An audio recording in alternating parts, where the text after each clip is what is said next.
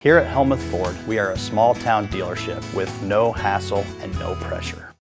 The 2024 Hunter's Breakfast, provided by Watch Your Fire and Rescue, is this Saturday, October 26th, at the Watch Your Fire Station from 7 to 11 a.m. They'll have sausage, bacon, eggs, pancakes, biscuits, and gravy, and carry-out is available. Everyone is welcome, and a free will donation will be accepted. For the 2024 Watch Your Fire and Rescue Hunter's Breakfast this Saturday morning from 7 to 11 a.m. at the Watch Your Fire Station.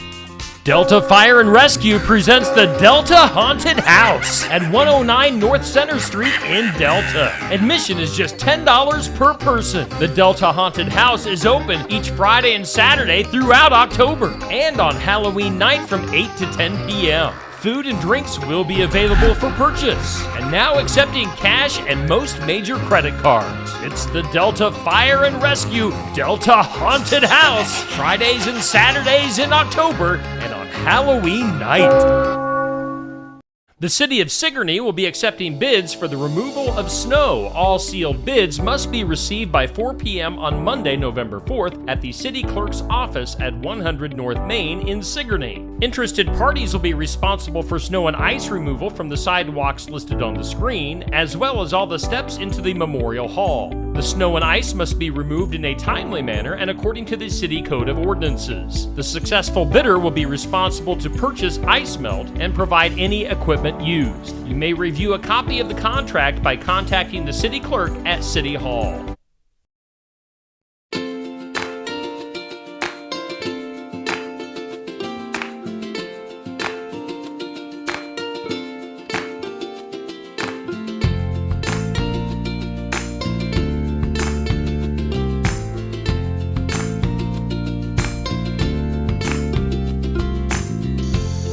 Hello friends! Welcome to the library with Miss Amanda here on Steve Shetler Media.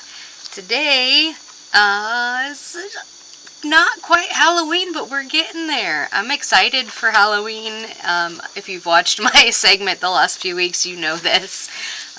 Or if you've been in the library, I'm all about Halloween. I'm all Halloweened out. Super excited. I love it. I love it, love it, love it. But last week we were talking about the movie Hocus Pocus, and a lot of people know the sister that Bette Midler plays, Winifred. She's kind of the main sister, but a lot of people don't know off the top of their heads the names of the other Sanderson sisters from the movie Hocus Pocus. So Winifred is the redhead, Mary is the brunette, and Sarah is the blonde. I love that movie. They did a really great job on the second one as well. But my question this week is about protecting yourself from evil spirits. So I don't know if you guys are into it, but I love watching like ghost videos or like the paranormal stuff. And there's a lot of different ways that I have heard that people protect their homes and themselves. You know, they might bless themselves. They may hang things in their house. I know one of the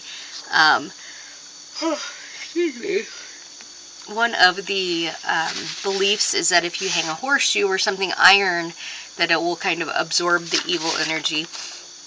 But in New England, there is a very specific thing that they do to protect themselves in their homes.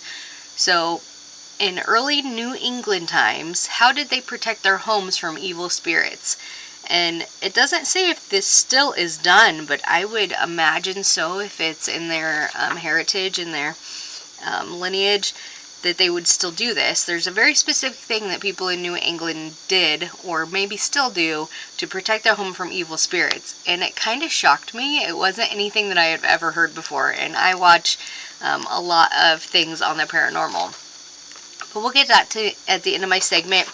2 books you don't want to miss this week. So since we were talking about Hocus Pocus, I thought it would be fun to feature our illustrated version of Hocus Pocus. This is such a super cool book. It is basically what the movie is, but it is also illustrated. So as you go along, there's these super cool illustrations in here of the book and what's happening. Like, just super detailed, super neat. So if you like the movie Hocus Pocus, this is a really cool version. We have the illustrated versions of Harry Potter, and they are like some of my favorites. They're so good. The illustrator for this one is Gris Grimley, which is a very great name for illustrating a scary book. So Hocus Pocus, this is in the junior fiction section if you'd like to check it out.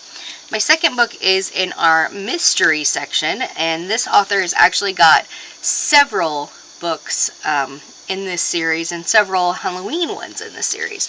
So this is Leslie Meyer, Haunted House Murder, and this is part of a series. What is this series called? I don't remember what the series is called, but this is specifically one I picked because it's got short stories in it. So Leslie Myers has a whole bunch of books in this series. This has Haunted House Murder by Leslie Meyer, Death at Haunted House by Lee Hollis, and Hollowed Out by Barbara Ross. So the back says, this collection serves as a great introduction to those authors' series for new readers, or as a bite-sized delicacy to tide established fans over until the next book. This anthology boasts 3 terrific tales of Yuletide murder in coastal Maine. Sparkly writing and emotional depth link this trio of holiday cozies.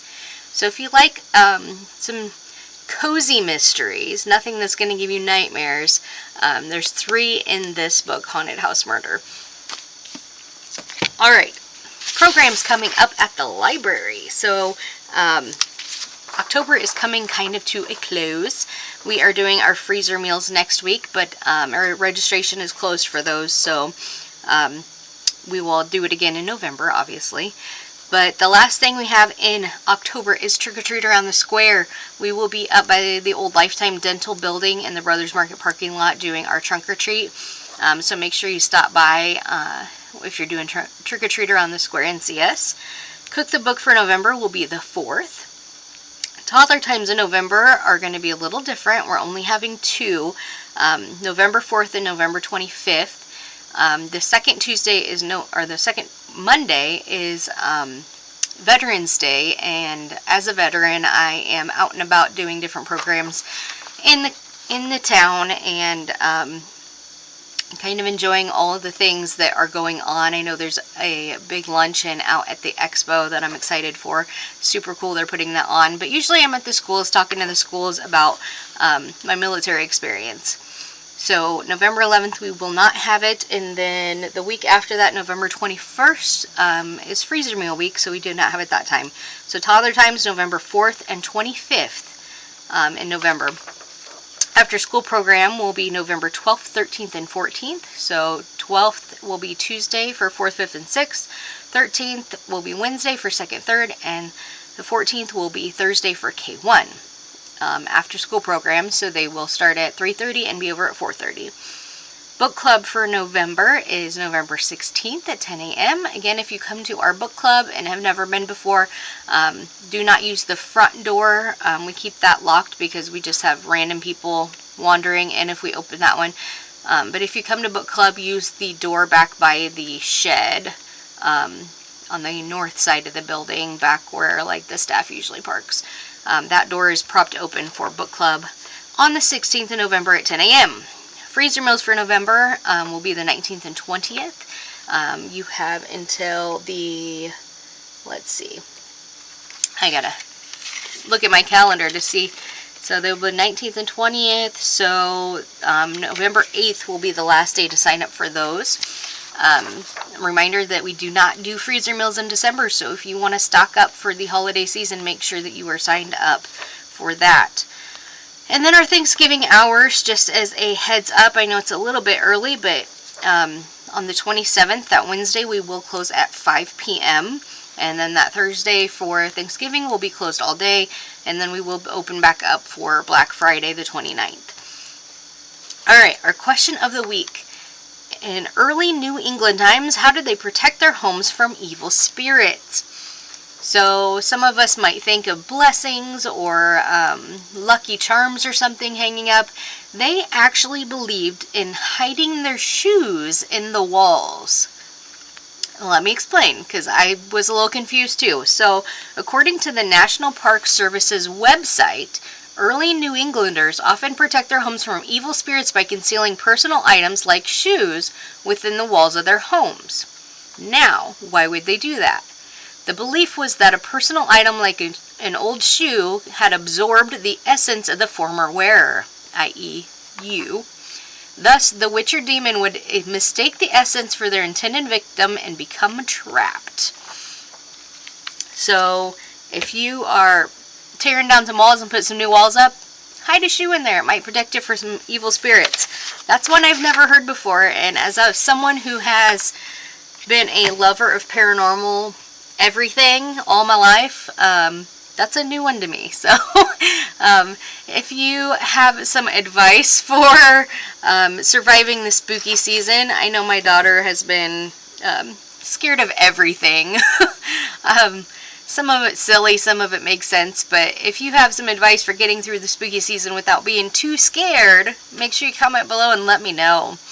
If not, I will see you guys next week, and have a great weekend.